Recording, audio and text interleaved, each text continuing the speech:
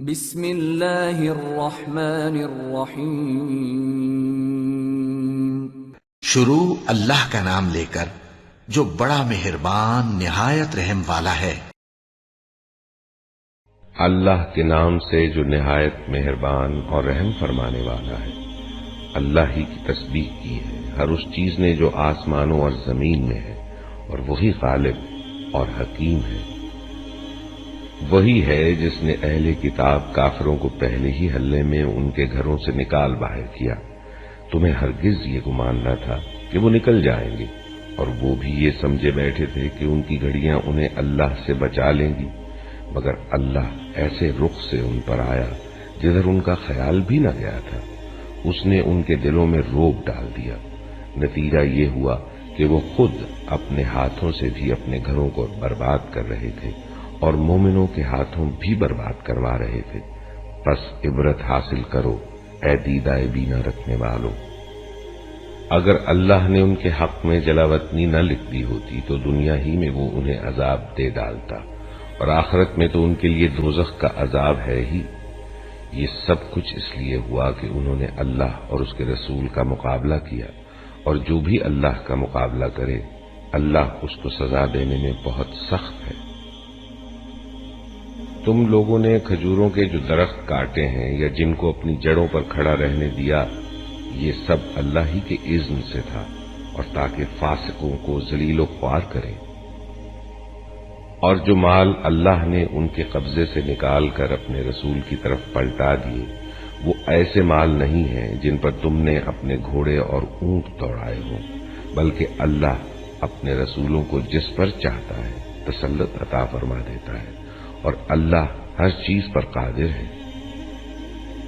جو کچھ بھی اللہ تعالی بستیوں کے لوگوں سے اپنے رسول کی طرف پلٹا دے، وہ اللہ اور رسول اور رشتہ داروں اور یتامہ اور مساکین اور مسافروں کے لیے ہے، تاکہ وہ تمہارے مالداروں ہی کے درمیان گردش نہ کرتا رہے۔ جو کچھ رسول تمہیں دے وہ لے لو، اور جس چیز سے وہ تم کو روک دے اس سے رک جاؤ۔ اللہ سے ڈرو، اللہ سخت سزا دینے والا ہے۔ ان غریب مہاجرین کے لیے ہے جو اپنے گھروں اور جائیدادوں سے نکال باہر کیے گئے ہیں۔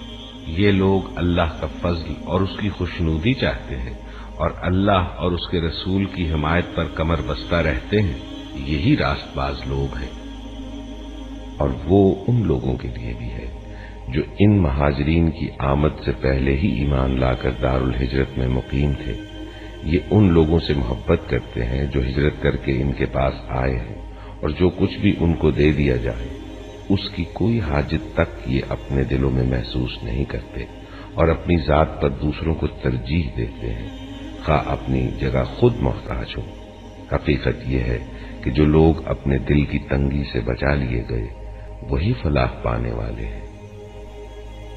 جو ان اگلوں کے بعد آئے ہیں جو کہتے ہیں کہ اے ہمارے رب، ہمیں اور ہمارے ان سب بھائیوں کو بخش دے جو ہم سے پہلے ایمان لائے ہیں، اور ہمارے دلوں میں اہل ایمان کے لیے کوئی بغض نہ رکھ۔ اے ہمارے رب، تو بڑا مہربان اور رحیم ہے۔ تم نے دیکھا نہیں ان لوگوں کو جنہوں نے منافقت کی روش اختیار کی ہے؟ یہ اپنے کافر اہل کتاب بھائیوں سے کہتے ہیں اگر تمہیں نکالا گیا تو ہم تمہارے ساتھ نکلیں گے، اور تمہارے معاملے میں ہم کسی کی بات ہرگز نہ مانیں گے، اور اگر تم سے جنگ کی گئی تو ہم تمہاری مدد کریں گے، مگر اللہ گواہ ہے کہ یہ لوگ قطعی جھوٹے ہیں۔ اگر وہ نکالے گئے تو یہ ان کے ساتھ ہرگز نہ نکلیں گے، اور اگر ان سے جنگ کی گئی تو یہ ان کی ہرگز مدد نہ کریں گے، اور اگر یہ ان کی مدد کریں بھی تو پیٹھ پھیر جائیں گے اور پھر کہیں سے کوئی مدد نہ پائیں گے۔ ان کے دلوں میں اللہ سے بڑھ کر تمہارا خوف ہے، اس لیے کہ یہ ایسے لوگ ہیں جو سمجھ بوجھ نہیں رکھتے۔ یہ کبھی اکٹھے ہو کر تمہارا مقابلہ نہ کریں گے، لڑیں گے بھی تو قلعہ بند بستیوں میں بیٹھ کر یا دیواروں کے پیچھے چھپ کر۔ یہ آپس کی مخالفت میں بڑے سخت ہے۔ تم انہیں اکٹھا سمجھتے ہو، مگر ان کے دل ایک دوسرے سے پھٹے ہوئے ہیں۔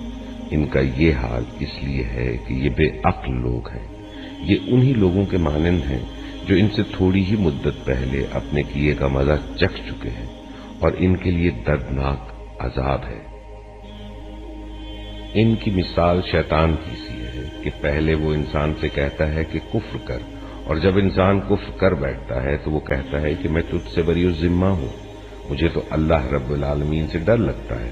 پھر دونوں کا انجام یہ ہونا ہے کہ ہمیشہ کے لیے جہنم میں جائیں، اور ظالموں کی یہی جزا ہے۔